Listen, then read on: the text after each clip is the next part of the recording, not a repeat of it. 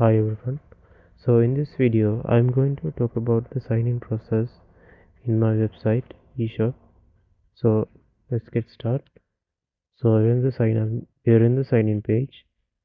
So you can see two input fields, email and password, and a remember me option and sign-in button. And if you don't have an account, you can create your account by clicking this sign up button and a forget password hyperlink. You can change your password in this. So let's see how this works. I already created an account. I'm going to input the details in the fields.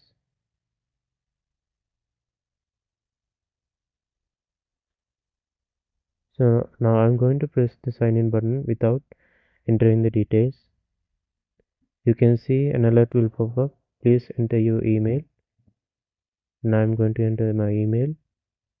I'm going to press the sign in button without entering the password. You can see another alert. Please enter your password. So now I'm going to type a wrong password and press the sign in button. You can see another alert, invalid email or password. So now I'm going to delete this and type the password. You can check the remember me option if you want to. And I'm going to press the sign in button. It will take you to a home page.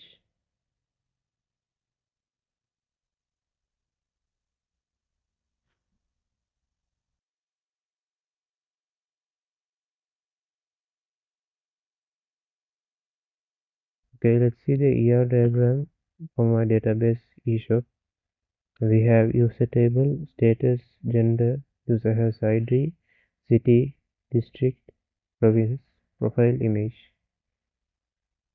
In the user table, I have added some columns like email. I put email as primary key and the data type is varchar, fname, data type varchar, lname varchar, password varchar, mobile varchar, join date, data type, date type, verification code also varchar.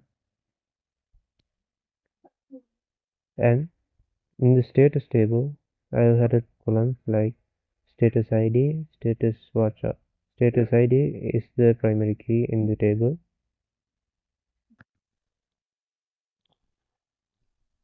Next, gender table. The columns in here, gender ID, gender name. The gender ID is the primary key. And city table, city ID, city name. City ID is the primary key. And district table, district ID, district name. District ID is the primary key. Province table, province ID, province name. Province ID is the primary key.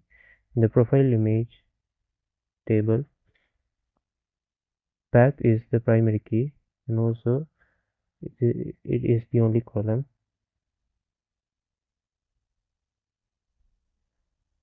So I have added some relationship to connect the tables.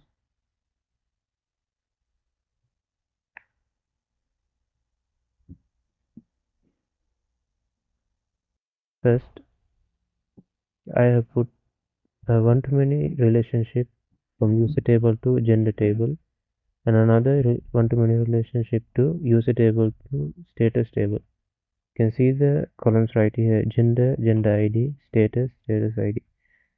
And I have added a many-to-many relationship from user table to city table. It created a table named user has address. You can see city ID, user email. Now I have added address column. I also put it as a primary key. And I have added some extra columns like line 1, line 2, postal code.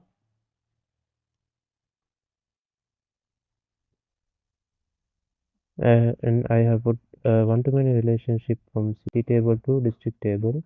You can see district ID, and another one-to-many relationship to district table to province table. You can see the province ID column, and another one-to-many relationship from user table to profile image. You can see the user email column. So this is the ER diagram that relates to sign-in process.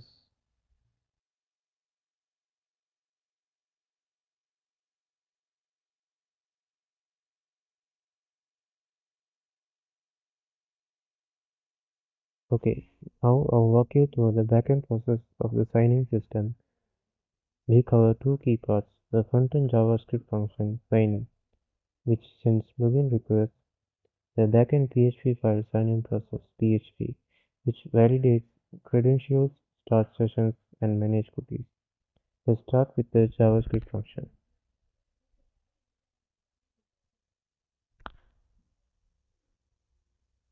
Here I first grab the values from the email and password fields along with the remember me checkbox. These are directly linked to the input fields in the HTML form.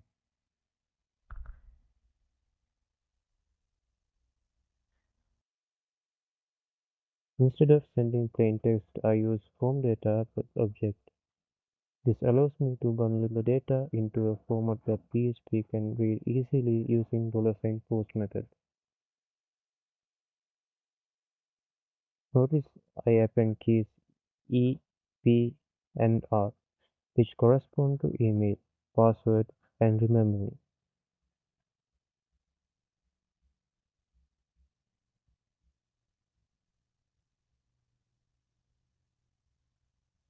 Then I create an XML HTTP request object which allows me to communicate with the backend without reloading the page. This is what makes the login process smoother.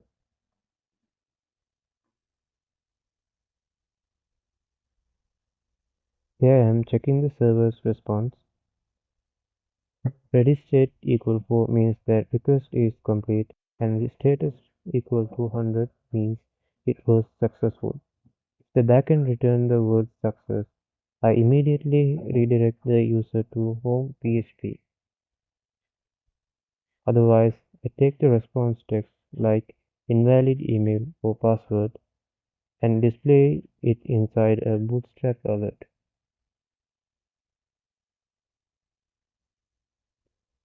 Finally, I open the request using the post method, pointing it to sign-in process PHP. Then I send the form data object.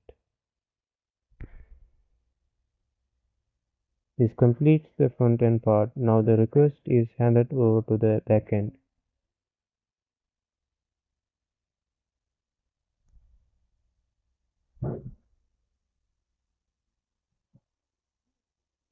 The backend begins by including the database connection file and starting a session.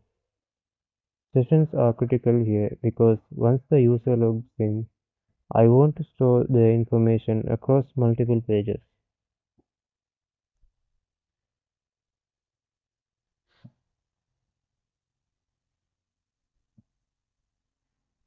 This is where the PHP file receives the data that JavaScript sends. $post E is the email, $post P is the password, and $post R is the remember me option. Before doing any database work, I check if the inputs are empty. If so, I return an error message immediately. These error messages get displayed on the frontend without refreshing the page. Now I query the database. If the number of rows returned is 1, that means the user exists and provided the correct password.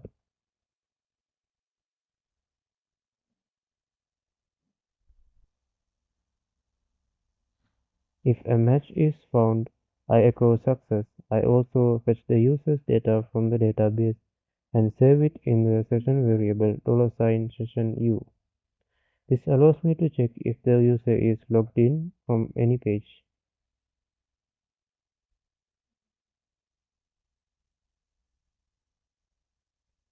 Here I handle the remember me feature. If it's checked, I set cookies for email and password that last for 1 year. Otherwise, I delete them. This way, when the user comes back, the form can be prefilled using the cookies value.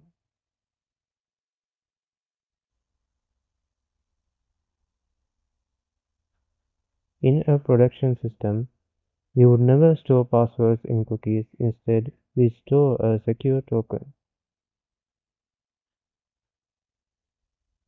If no match is found, I return an error message. The frontend then displays this message in an alert box.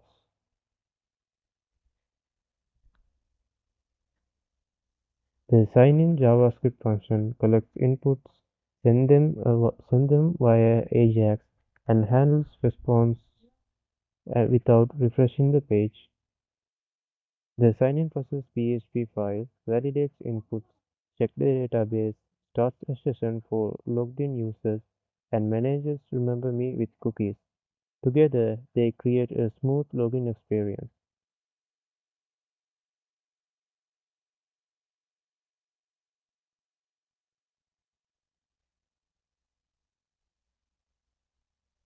That's the complete backend process for the sign-in system. Thank you.